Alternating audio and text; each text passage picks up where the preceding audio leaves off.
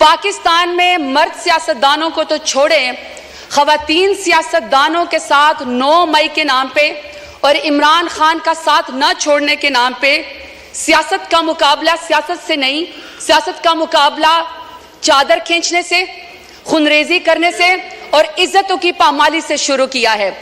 سر، یہ میرے پاس رپورٹ ہے HRCP 2020 کی۔ سر، اس کی ریسرچ کہتی ہے کہ 90% پاکستانی خواتین نے کہیں پر بھی زندگی کے کسی حصے میں ڈومیسٹک وائلنس کا وہ شکار ہوئی ہے۔ تو اسپیکر صاحب، جب 90% خواتین کہیں پر ڈومیسٹک وائلنس کا شکار ہوئی ہیں، وہاں پہ کوئی آدمی جس کا ذہنی توازن شاید درست نہ ہو اور اپنا آپ کو بڑا امپاورڈ سمجھتا ہو، میل شوونزم ہے، وہ بند دروازوں کے پیچھے کسی خاتون کے اوپر جو ہے وہ تشدد کرتا ہے تاکہ اس کی چیخیں سنائی نہ دیں۔ جب گھر کے بڑے اس کو جمع کرتے ہیں اور اس کو بلاتے ہیں کہ تم نے خاتون کے اوپر تشدد کیوں کیا، تو سر وہ بھی منہ چھپائے پھرتا ہے۔ لیکن پاکستان ایک ایسا اسلامی جمہوریہ پاکستان ایٹمی طاقت ہے جس میں نواز شریف کی ماں پہ، جس میں شہباز شریف کی ماں کے اوپر خواتین کو سڑکوں کے اوپر گھسیٹا جاتا ہے، ان کی چادر کھینچی جاتی ہے، ان کو پر واٹر کینن استعمال کیے جاتے ہیں، لاٹھی چارج ہوتا ہے، ان کو پر FIR کی جاتی ہے، چادر اور 4 دیواروں کو پامال کیا جاتا ہے، لیکن کسی کو شرم نہیں آتی ہے، کسی کو شرم نہیں آتی ہے۔ اسپیکر صاحب، کہا گیا کہ جی سیاست میں سب کا حق ہے اور اس میں لکھا ہوا ہے کہ جی ٹالرنس ہونی چاہیے۔ اگر ٹالرنس ہونی چاہیے تو اسپیکر صاحب، کسی کے ساتھ تو کسی کے والد صاحب، کسی کے دادا صاحب کوئی وزیر تھے، پاکستان کی خدمت کی تھی، کہیں پر کسی کا جو ہے وہ پیری مریدی کا معاملہ ہے، کہیں پر جو ہے وہ کسی وزیر اور مشیر کے یا کسی کا کہتا ہے کہ جی میں فلانے تم اندار سردار کا بیٹا ہوں اور بیٹی ہوں۔ لیکن اسپیکر صاحب، میرا سوال ہے کہ اگر میں NA 185 پہ زرتاج گل وزیر ڈیرہ غازی خان سے الیکشن لڑنا چاہتی ہوں تو کیا ڈیرہ غازی خان میرے لیے نو گو ایریا تھا کہ آپ میرے پروپوزر اور سیکنڈر کو بھی اغوا کریں، آپ میرے گھر کا محاصرہ کریں، جب میں گھر سے نکلوں تو آپ میرے اوپر لاٹھی چارج کریں؟ پورے ڈیرہ غازی خان نے دیکھا کہ پورے ڈیرہ غازی خان کی جتنے بھی پولیس انفورسمنٹ تھی، انتظامیہ تھی، وہ ایک سائڈ کے اوپر کھڑی تھی اور مجھے پاکستانی چوک میں کارڈن آف کر کے اکیلا وہاں پہ کھڑا کیا ہوا تھا۔ کسی کو شرم نہیں آئی ہے، کسی کو کوئی فرق نہیں وہاں پہ پڑا۔ جب گھر سے باہر نکلو تو کہتے ہیں کہ آپ NOC دو۔ کون سے آئین قانون میں اسپیکر صاحب ہوتا ہے کہ گھر سے نکلنے کے لیے آپ کو NOC چاہیے؟ باپ دادا نے مسجد بنوائی، نمازوں کے اوپر دروازے بند کر دی کیونکہ یہ زرتاج گل کے گھر کے سامنے جو وہ مسجد ہے۔ وہاں پہ مارکیٹ تھی تو مارکیٹ کے دروازے بند کر دیے، انہوں نے کہا عید اور چاند رات کے اوپر بھی یہاں پہ کوئی خرید و فروخت نہیں ہوگی کیونکہ شاید یہ اس مارکیٹ میں یہاں پہ زرتاج گل رہتی ہے۔ میرے خاندان کی خواتین اسپیکر صاحب شرعی پردہ کرتی ہیں۔ 10 دفعہ میرے گھر کے اوپر جب ریڈ کیا گیا، دروازے توڑے گئے، لاتے مار کے پولیس آئی تو وہاں کے سارے وہ باپردہ خواتین گھر چھوڑ کے چلی گئیں۔ تو آپ کہتے ہیں کہ آپ کو سیاست کا حق ہے۔ مانتے ہیں ہم بینظیر بھٹو صاحبہ کی ہم عزت کرتے ہیں کیونکہ پہلے وزیر اعظم تھی خاتون، لیکن ایک دوسری بھی تو ہے نا جو ٹک ٹاک اور وزیر اعلیٰ جو کہتی ہے کہ خواتین میری ریڈ لائن ہے۔ ریڈ لائن کے بعد آپ یہاں پہ قائد اعظم رحمت اللہ علیہ کی تصویر کے سامنے محترمہ فاطمہ جناح کا ذکر کرتے ہیں۔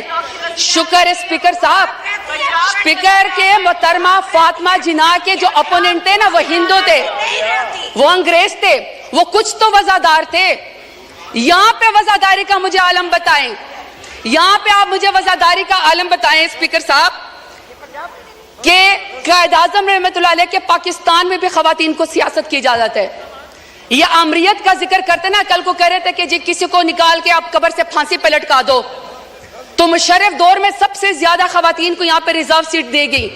بدترین آمریت کے اندر بھی خواتین کو سیاست کی اجازت تھی، بینظیر بھٹو کے دور کے اندر بھی خواتین کو سیاست کی اجازت تھی، عمران خان میرے لیڈر کی حکومت میں خواتین کو سیاست کی اجازت تھی۔ سب سے زیادہ پاکستان کی تاریخ میں اگر کابینہ میں کوئی منسٹر بنی ہے تو وہ عمران خان کے دور میں بنی ہے۔ میں سوال پوچھنا چاہتی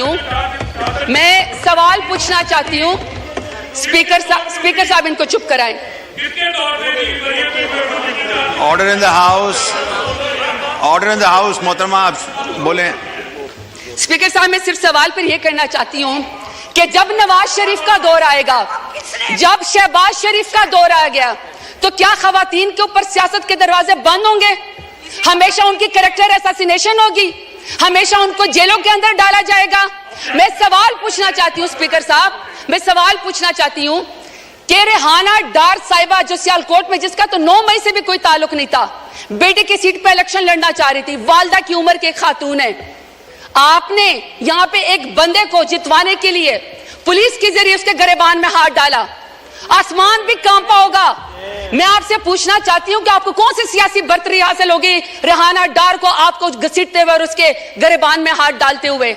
اسپیکر صاحب, ہم نے تو سنا تھا کہ فلسطین میں, کشمیر میں مقبوضہ جگہوں پہ یہودی اور ہندو جو خواتین کے خلاف ٹارچر کرتے ہیں, ان کو ہراس کرتے ہیں تاکہ ان کو کوئی جو ہے اس کے اوپر برتری حاصل ہو جائے. اسپیکر صاحب, میرا سوال ہے اسپیکر صاحب کہ جب عالیہ حمزہ کو, پڑھی لکھی خاتون انجینئر ہے, جب عالیہ حمزہ کو ان کی 3 بیٹیوں کے سامنے رات کو اس کے بیڈ روم سے بالوں سے کھینچ کر مرد پولیس والوں نے سیڑھیوں کے اوپر گھسیٹا, تو میں شہباز شریف سے پوچھنا چاہتی ہوں کون سی سیاسی برتری آپ کو پاکستان تحریک انصاف کے اوپر حاصل ہو گئی. اب میں ڈاکٹر یاسمین راشد کا ذکر کرنا چاہتی ہوں. اسپیکر صاحب, ڈاکٹر یاسمین راشد ہیں, ایکس منسٹر ہیں ہیلتھ کی, اور وہ اس قوم کی خدمت کر چکی ہے, کینسر کی سروائیور ہیں, ایک لیڈر خاتون ہے. آج وہ خاتون, ایک ضمانت اس کو نہیں ملتی جو کہ بنیادی حقوق کے خلاف ورزی ہے. آپ یہ چاہتے ہیں کہ کوئی پڑھی لکھی خاتون یہاں پہ سیاست کے اندر نہ آئے, اس کے اوپر دروازہ بند کر دیا جائے. تو میں پوچھنا چاہتی ہوں فارم 47 والے وزیر اعظم سے کون سی سیاسی برتری آپ کو حاصل ہو گئی. اسپیکر آرڈر صاحب, ان دا ہاؤس پلیز سنیں آنریبل ممبر بول رہی ہیں, سنیں جی, آپ جاری رکھیں پلیز. اسپیکر صاحب, میں یہاں پہ بشرا بی بی کا ذکر کرنا چاہتی ہوں. خاتون اول رہ چکی ہیں, حیادار عورت ہے, باپردہ عورت ہے, لاکھ اختلاف ہوگا ان کا, لاکھ اختلاف ہوگا اسپیکر صاحب ان کا, شہباز شریف کا, نواز شریف کا لاکھ اختلاف ہم سے ہوگا, عمران خان سے نفرت بھی ہوگی, کیونکہ عمران خان جیسے بہادر لیڈر تو یہ ہے نہیں, تو چلو آپ کو سیاست میں نفرت ہوگی. اسپیکر صاحب, میرا سوال ہے کہ دشمنی میں آپ اتنے گر گئے کہ آپ نے نکاح جیسے سنت نبوی, آپ نے اس کے اندر بھی ہاتھ ڈال دیا, کوئی باپردہ خاتون بھی آپ کے شر سے محفوظ نہیں رہی. تو میں پوچھنا چاہتی ہوں کہ فارم 47 والے وزیر اعظم سے کہ آپ نے باپردہ خاتون کی عدت کے نکاح کے کیس کے اندر بھی ہاتھ ڈال کے دشمنی کی نظر کر کے خواتین کو آپ نے کیا پیغام دیا ہے. طیبہ راجہ, صنم جاوید, عائشہ بھٹا, میں ہزاروں کے نام لینا چاہتی ہوں اسپیکر صاحب, وہ جیل کے اندر بیٹھی ہوئی ہیں, وہ جیل کے اندر بیٹھی ہوئی ہیں, اور order in the house please, سب نے بولنا ہے, ہر کوئی اپنی باری میں بولے. جی اسپیکر صاحب, عالیہ حمزہ, عائشہ بھٹا, صنم جاوید, اسی طریقے سے سر طیبہ راجہ, وہ پولیس کی کسٹڈی میں بیٹھی ہوئی ہیں, اور طیبہ راجہ کہتی ہیں کہ ان کی والدہ تہجد کی نماز پڑھ رہی تھی اور ان کو کوئی پولیس آفیسر کوئی ریپ کی ویڈیو بھیجتا ہے. آپ نے اس خاتون کی ماں کے تہجد کے ٹائم پہ آنسوں کا کون حساب دے گا؟ یہ چاہتے ہیں کہ یہاں پہ سیاست و خواتین کی, یہ علمبردار ہے خواتین کی سیاست کے, یہ کمیٹی بنائیں گے سیاست خواتین کی. مجھے بتائیں اسپیکر صاحب, جو وزیر اعظم, جو نون لیگ 14 شہیدوں کا خون کر کے خواتین کے سر سے چادر اتار کے کرسی کے اوپر بیٹھی ہو, تو میں بتانا چاہتا ہوں نہ تمہاری کرسی رہے گی, نہ تمہاری بیٹیوں کے سر کے اوپر چادر رہے گی, کیونکہ بیٹیاں سانجی ہوتی ہیں, عزت سب کی ہوتی ہے. یہ اسپیکر صاحب میں آپ کو ذرا فیکٹس اینڈ فگر بتانا چاہتی ہوں. یہ 21 اپریل 2024 کی اسٹینڈنگ کمیٹی کی رپورٹ ہے, پی ڈی ایم کی 2 سال کی, انکلوڈنگ ان کی جماعت کی, پی ایم ایل این کی. سر, اس رپورٹ میں کہتے ہیں کہ خواتین قیدیوں میں 60% اضافہ ہوا ہے. واٹ اے شیم. آپ نے مہنگائی تو کر دی, کتنی شرمناک بات ہے کہ آپ سے ملک تو سنبھالا نہیں جا رہا. آپ کشمیریوں کا خون کرتے ہیں, آپ خواتین کو سڑکوں کو پر گھسیٹتے ہیں, آپ کسانوں کی پٹکی اتارتے ہیں, لیکن آپ کے پورٹ فولیو پہ ماشاءاللہ سے کیا ہے کہ 60% خواتین کا اضافہ ہوا ہے قیدیوں میں. اس کا حساب ہمیں کون دے گا؟ چلے چھوڑے, ہم نہیں مانتے. آپ ہماری رپورٹ کو, ہماری اس بات کو یہ رد کر دیں, کیونکہ میں تو پی ٹی آئی کی ہوں. ذرا اپنے مائی باپ امریکہ سپر پاور کی اسٹینڈنگ کمیٹی کی ذرا ان کی رپورٹ پڑھیں. یہ جی اسپیکر صاحب, یہ اسٹیٹ ڈپارٹمنٹ کی ہیومن رائٹس کمیٹی کی رپورٹس ہیں. ذرا یہ پی ایم ایل این کا میں آپ کو ذرا ان کا پورٹ فولیو بتانا چاہتی ہوں. وہ کہتے ہیں ان کی نون لیگ کی پہلی حکومت کا خاصہ ہے اغوا, ابڈکشن. دوسرا ہے جعلی مقدمات. تیسرا ہے سیاسی مخالفین کا قتل. پھر ہے دور حراست, جسمانی ریمانڈ.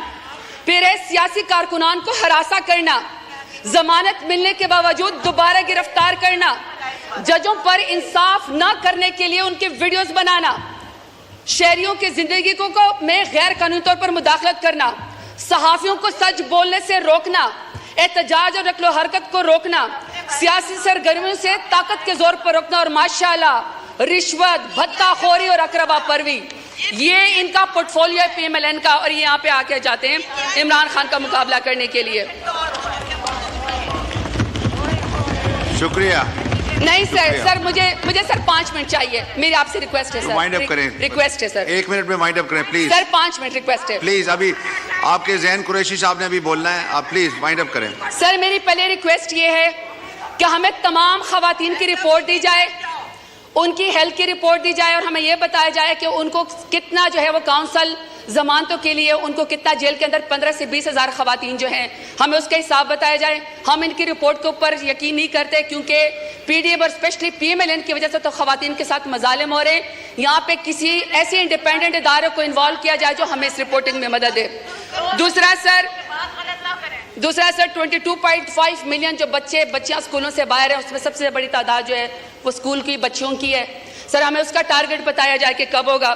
سر تیسرا, خواتین سیاستدانوں کو, سر ایک سیکنڈ سر پلیز, خواتین سیاستدانوں کو سر جب آپ گرفتار کرنے کے لیے آتے ہیں, خدا کا واسطہ سر کوئی مرد نمائندہ یا کوئی سر اہلکار جو ہے ان کو نہ گھسیٹے, نہ ان کو سر ہراساں کرے, بلکہ سر ان کو بلائیں. خود خواتین جو ہے وہ جا کے تھانے میں پیش ہو جائے گی.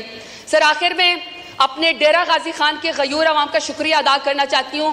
میں آپ سے 2 منٹ کر کے حساب مانگتی ہوں, لیکن سر اگر میرے ڈیرہ غازی خان کے غیور عوام نے مجھے عمران خان کے نام پہ ووٹ نہ دیا ہوتا تو آج جو سرداروں نے میرے لیے گڑھا کھودا تھا وہ خود اس کے اندر شکر گر چکے ہیں. آخر میں سر کہ میرے لیڈر عمران خان کے نام کہ سر جو آدمی ریاست کی قید میں ہو کر ریاست کو یہ کہہ دے کہ تمہارا خواب رہ جائے گا مجھے ڈرا ہوا دیکھنا, ایسا شخص ناقابل شکست ہوتا ہے. سر ان سے کہے